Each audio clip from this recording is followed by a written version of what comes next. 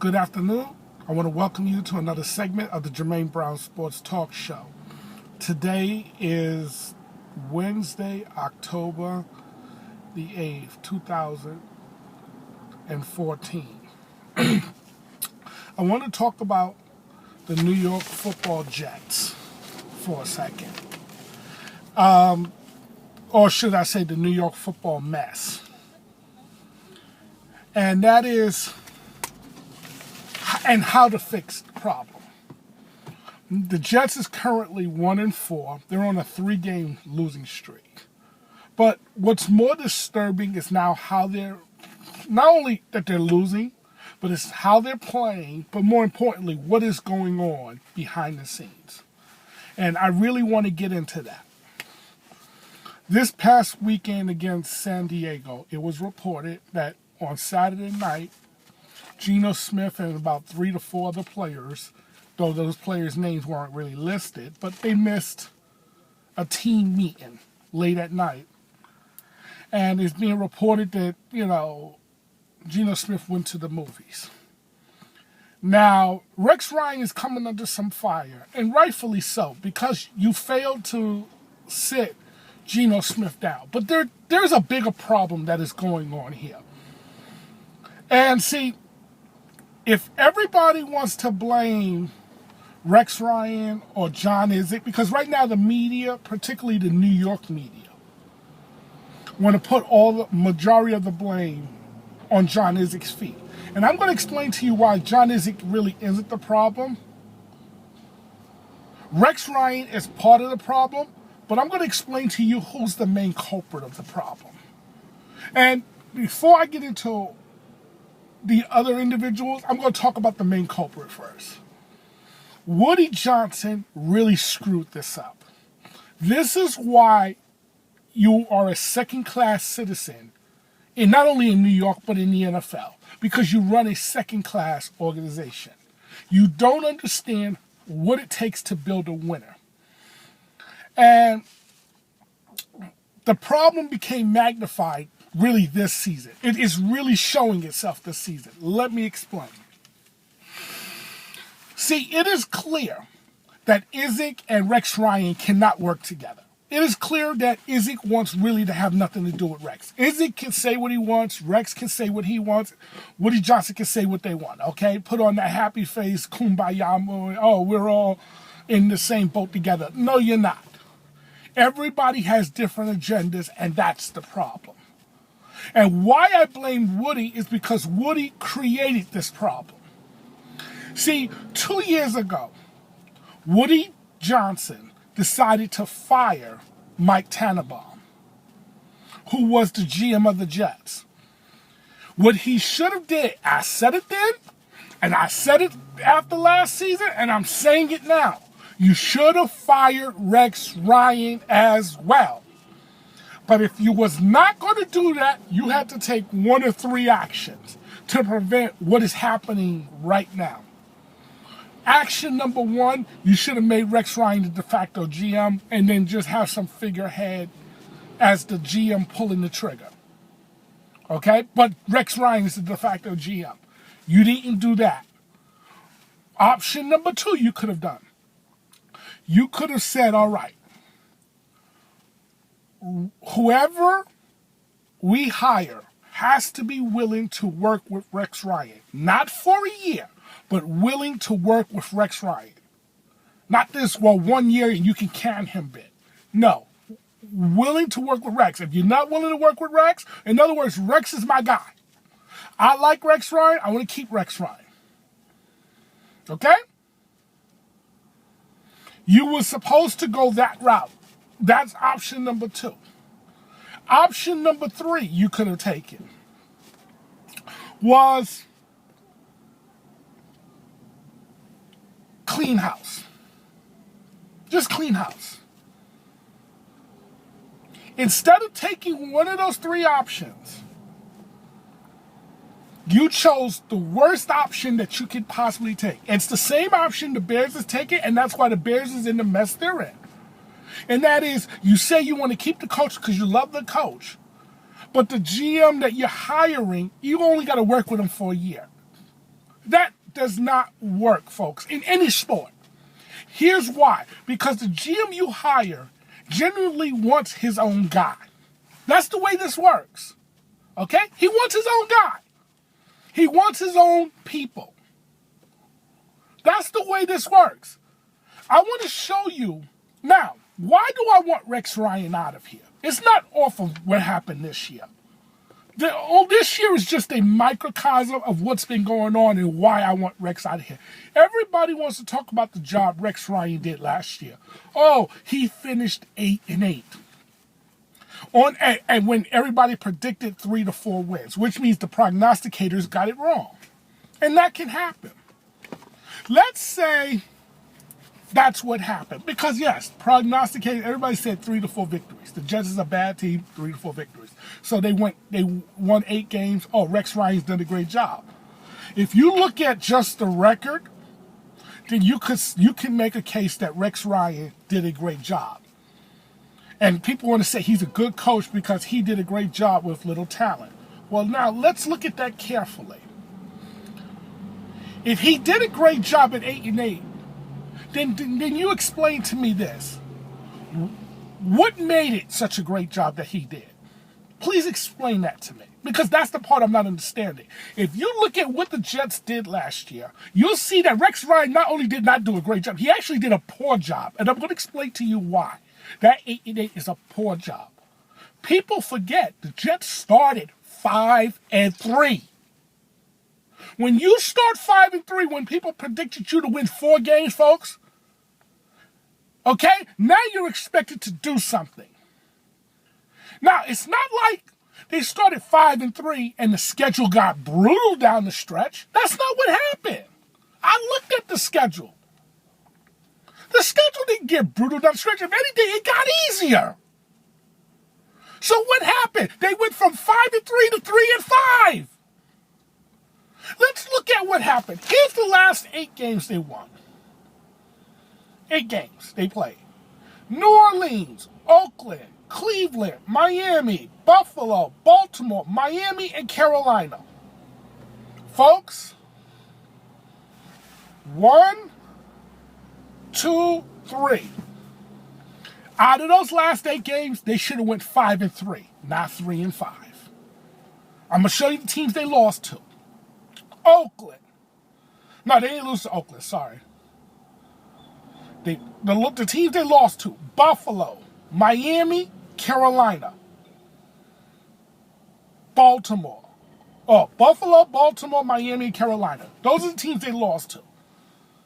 Now, they beat New Orleans in New Jersey at MetLife. So that almost doesn't count, even though New Orleans is a good team, but they're a lousy road team. New Orleans is a lousy road team. If that game was in the Superdome, they're in New Orleans, the Jets weren't going to win that game. Okay, but that was before the bye week, but you want to know what? I'm going to be a fair man, and I'm not going to hold that against the Jets that they won. They still beat a good team in New Orleans. But here's where I got off, because after the bye week, they played 3, 6, 7 games. Okay? 7 games. Only 2 were against winning teams. Only 2 of those 7 was against winning teams. And that was Baltimore and Miami after they came back from the bye. Okay? They played 7 games. And only 2 was against winning teams. Baltimore and Carolina. And they lost both. But you expected them to lose both. But here's where I got off on them. Okay, you beat Oakland. You beat Cleveland. These are bad teams. Last year anyway, 2013. And you beat Miami, which was the last game of the season. And I'm going to get back to that game in a minute. But you got blown out against Buffalo after the bye week. You got blown out against Buffalo, which means you came back from the bye and you got your rear ends handed to you 37-14. Okay? You wasn't too competitive against Baltimore, but a bad team or a supposed team that lacks talent isn't going to be competitive against Baltimore and Carolina because they were better. But how did you get blown out 23-3 by Miami? What, Ryan Tannehill? I mean, are you serious, folks? So, all the Jets needed to do, folks, was to beat Buffalo and Miami. And guess what? Instead of being 8-8, you're 10-6. That's a great job. That's now a great job. But you lost to Buffalo and Miami in games you could not have afforded to lose. So you were 7-8 going into the last game of the season, which it was against Miami. Rex Ryan, and this wasn't media made up either. Rex Ryan stated, and I quote, to his team, and anybody who will listen, I'm going to get fired. The GM wants his own guy. It was already being reported that John Izek, the GM, was looking at Dan Quinn, who works for Seattle, to be the next head coach. But he had candidates lined up. See, this is where the whole problem now lies. And then after the game, they won the game, okay? Again, they beat Miami in Miami. The last game of the season. And Woody Johnson, knowing that Izek wanted Rex out, immediately, they didn't even get on the plane, but immediately went from the locker room and said, Rex Ryan is coming back next year. Keyword phrase, next year. I have a number of problems with that. And I said it then, and I'm going to be consistent now. So I'm not saying nothing now I didn't say back then. The owner was out of line for doing that for a number of reasons. And second of all, you helped set the scenario that we have today. You helped put this in motion. Because if you was going to announce Rex Ryan coming back, then you had to give Rex Ryan the long-term security, which would have made it almost impossible for John Izek to fire him. But instead, what you could have done was you should have sat down with Izek, you should have sat down with Rex, and you should have said, if you two can't work together, I'm letting the both of you go. Now that would have put the ball in John Izek's court. I'm forced to work with Rex. But you didn't do that. Why? On the life of me, I will not understand.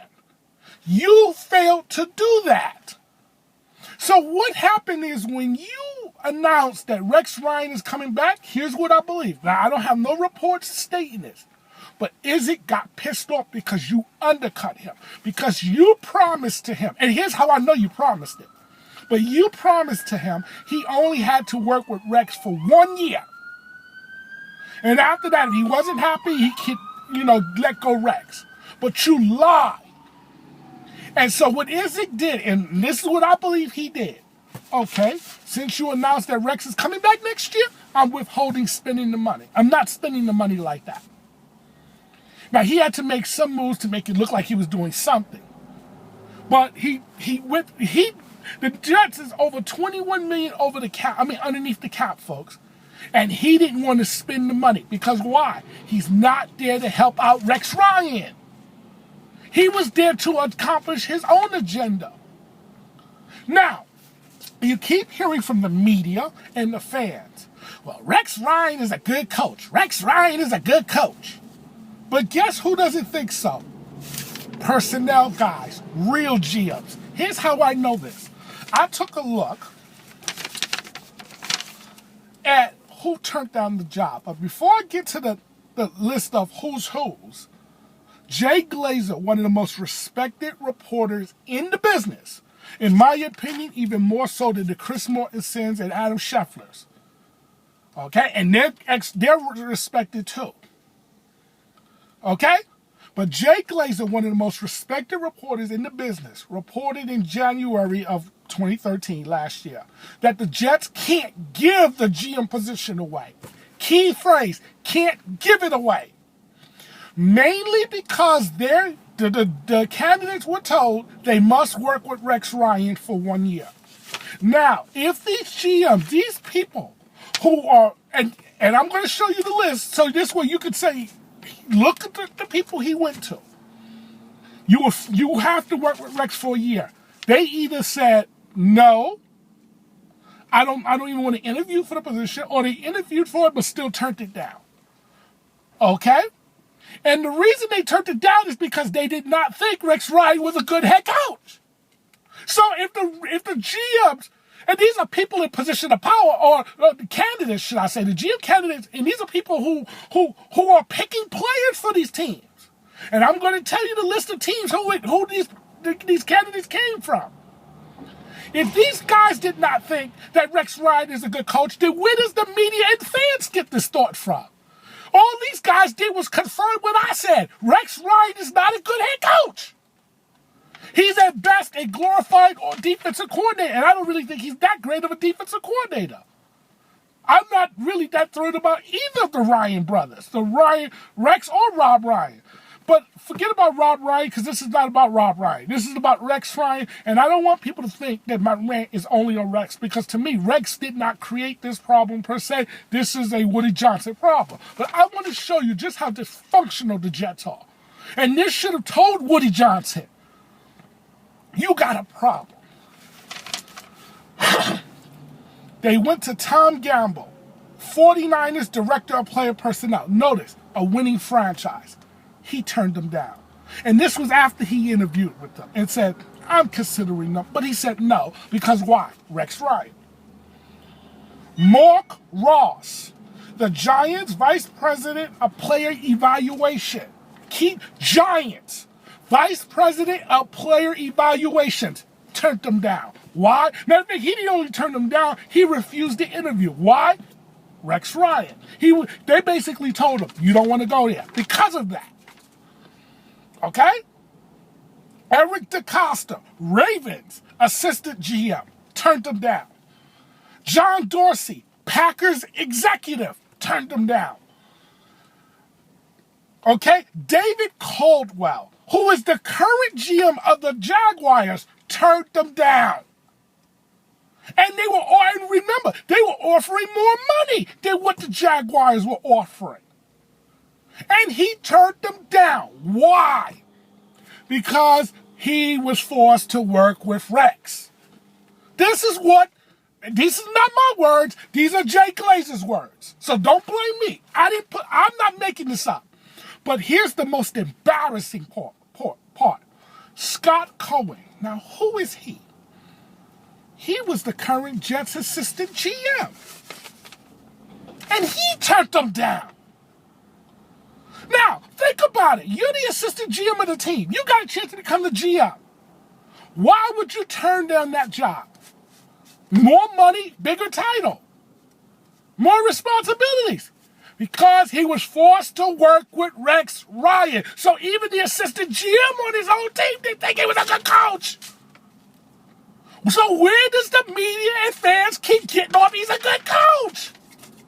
When the top guys in the business, and this is something that I learned a long time ago, and my dad had taught me this. If you want to build a winning franchise, you got to pick the talent from the best. Just like in basketball, when you want to build a franchise, there are a couple of teams you go to. The Spurs being one of them. Go get the talent from the Spurs, the assistant GM or whoever. That's what the Thunder did. That's why the Thunder is successful. The current Thunder GM, he worked under the Spurs in the Spurs organization. Notice, go to the best. It's not that Woody Johnson didn't go to the best organizations. He went to the 49ers, winners. The Giants, winners. The Ravens, winners. The Packers, winners. Okay? And they all turned him down. So what does that tell you? They don't think your situation is good. Why? Mainly because of Rex Ryan. And you can't, and they're also saying, well, part of the reason is also the salary cap situation, but that was a 1-year situation. So, okay, so you only had to live with a bad salary cap for 1 year. But that's under most teams. So that wasn't the reason. The main reason was they didn't want to work with Rex Ryan. Okay? So what you did was you went and you got John Izek. Now, who was John Izek? And here's why I say you're in some trouble here. John Izek came from the Seattle organization, now a winning organization. So you would say, well, they got John Izek from Seattle. But who was he? He wasn't a talent evaluator. He didn't pick the players. He was a numbers cruncher, which means he was a salary cap guy. That was his side of the thing, managing the salary cap. Well, wait a minute. That sounds awfully familiar. The last GM you had, Mike Tannenbaum, what was he known for? Salary cap. He wasn't known for picking players. The talent that they had, okay, the Darrelle Reeveses and Nick Mango, the Brickashaw Ferguson, Antonio Cromartie, this guy, that guy. You know who picked those players? Eric Mangini. Eric Mangini picked those players. Who picked Mark Sanchez? Rex Ryan. So when people say, well, Rex Ryan never had a chance to pick his own players, that's not true. He picked his own players, folks. Rex Ryan picked his own players the day he got there because why? Mike Tannenbaum is a numbers guy. He's not a talent evaluator, so he's not the one doing the picking. Now, and I'm going to say this, firing Rex Ryan isn't going to fix your problem because, like I said, you got a bigger problem than Rex Ryan. Okay? But before I get to that, here's another reason why you got to fire Rex. And if Rex was a real head coach, how do you allow a player to miss a meeting? More importantly, your quarterback, and he's not disciplined. What are you saying to the rest of the locker room? What are you saying to the rest of the locker room? And when you got players on record, usually when most players are unhappy about something, they do anonymous quotes out of the locker room. This guy, or this coach they don't like. Like, for instance, what's going on with the San Francisco 49ers. You're getting anonymous quotes that certain players don't like Jim Harbaugh. Notice, keyword anonymous. Because why? They're fearing what could happen to them. So they're either fearing their job or they're fearing the repercussions. Well, when players are willing to go on the record and state what's going on, that means you've got bigger issues. When Nick Mango, because Nick Mango is one of the top centers in the game, he quit on Sunday. You can see it because the guy who sacked Mike Vick, he didn't even bother blocking. And it wasn't so much because of Mike Vick, it was because the players were upset. It's being reported the players were very upset that Geno Smith was not benched. That Geno Smith was not disciplined for missing that meeting. That's a slap in the face, folks. And I'm going to get to Geno Smith in a minute, but a real head coach would not have allowed that to have happened without no sort of repercussions. Okay? And now you're announcing that he's going to start again next week. Let's see how this upcoming week goes against the Denver Broncos. I think you're going to get more or less of the same. But Nick Mango came out and said, guys are not practicing hard. We don't practice like champions. Whoa. He backed up what the linebacker said. The linebacker said, his own words, we don't practice like champions. We don't practice hard. That means the rats are jumping off the ship, folks. When you start seeing players not be anonymous, but put their names to it, that's not a good sign. Which now brings me to Geno Smith. And I'm going to get back to Woody Johnson. Woody, I'm not letting you off the hook that easy. Geno Smith, it is known, it is definitely clear Rex Ryan never wanted Geno Smith. He was a Mark Sanchez guy. Okay? But Geno Smith, there was a reason you fell in the draft. People questioned your intelligence. People questioned your commitment. People questioned your sincerity. What did you end up validating? Their opinions of you or their low opinions of you. You're the quarterback for Christ's sake. Okay? You're the quarterback of the New York Football Jets.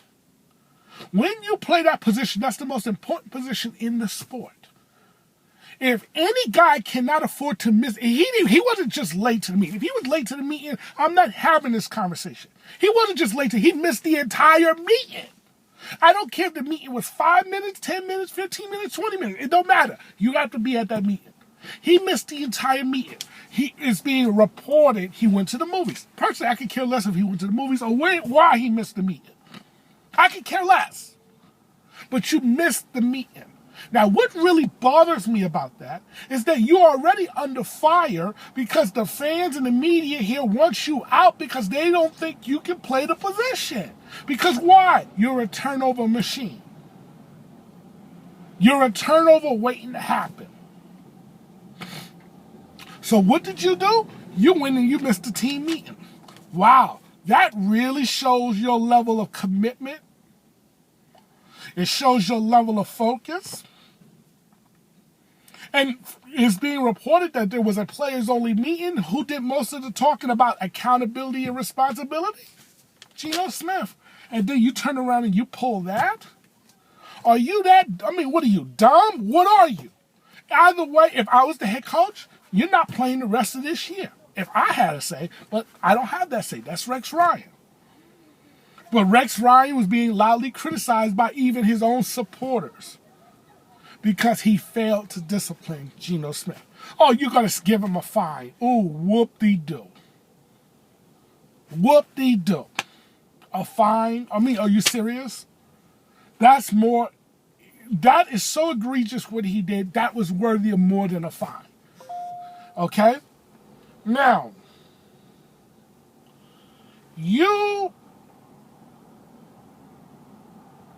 this brings me back to Woody Johnson. And how do you fix the Jets? Because it's clear that Rex will be gone at the end of the year. But like I said, that won't fix your problem. Because you see, you basically got another Mike Tannenbaum on your hands here. You got somebody who's a numbers cruncher. I don't trust a number cruncher when it comes to talent evaluation. Because Mike Tannenbaum wasn't known for picking talent, folks. That's not his strength. He's known for just crunching the numbers. Okay? That's what he does. So what is John Idzik going to do? I don't think John Idzik is going to pick good players. And this is going to be a problem. It's not going to be for lack of trying. He's going to try. So here's what you got to do. If you really want to fix the Jets, I got a solution that will fix the Jets. I would go to the 49ers, or I would go to Jim Harbaugh at the end of this year. I would offer him top dollars. In other words, I would make him the highest paid coach in the league. Well, yes, you're going to overpay for him. And I want him to come here and basically be not only the coach, but the de facto GM. I want John Idzik, and I'm not going to tell John Idzik he can pick his guy. No, because you want to know why? Let's say he wants to pick Dan Quinn. I don't know if Dan Quinn is good at picking players. I don't know that. So what if he's not good at picking players? So now we have a head coach who's not good at picking players and a GM who's not good at picking players. You're going to have what you got now. So you're going to have the same problem. So I would go to the 49ers and I would say, look, I want Jim Harbaugh.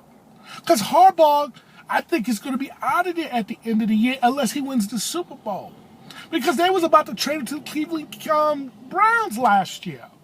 That's why the Browns waited so long to make their coaching hire. He was going to get traded to the Browns.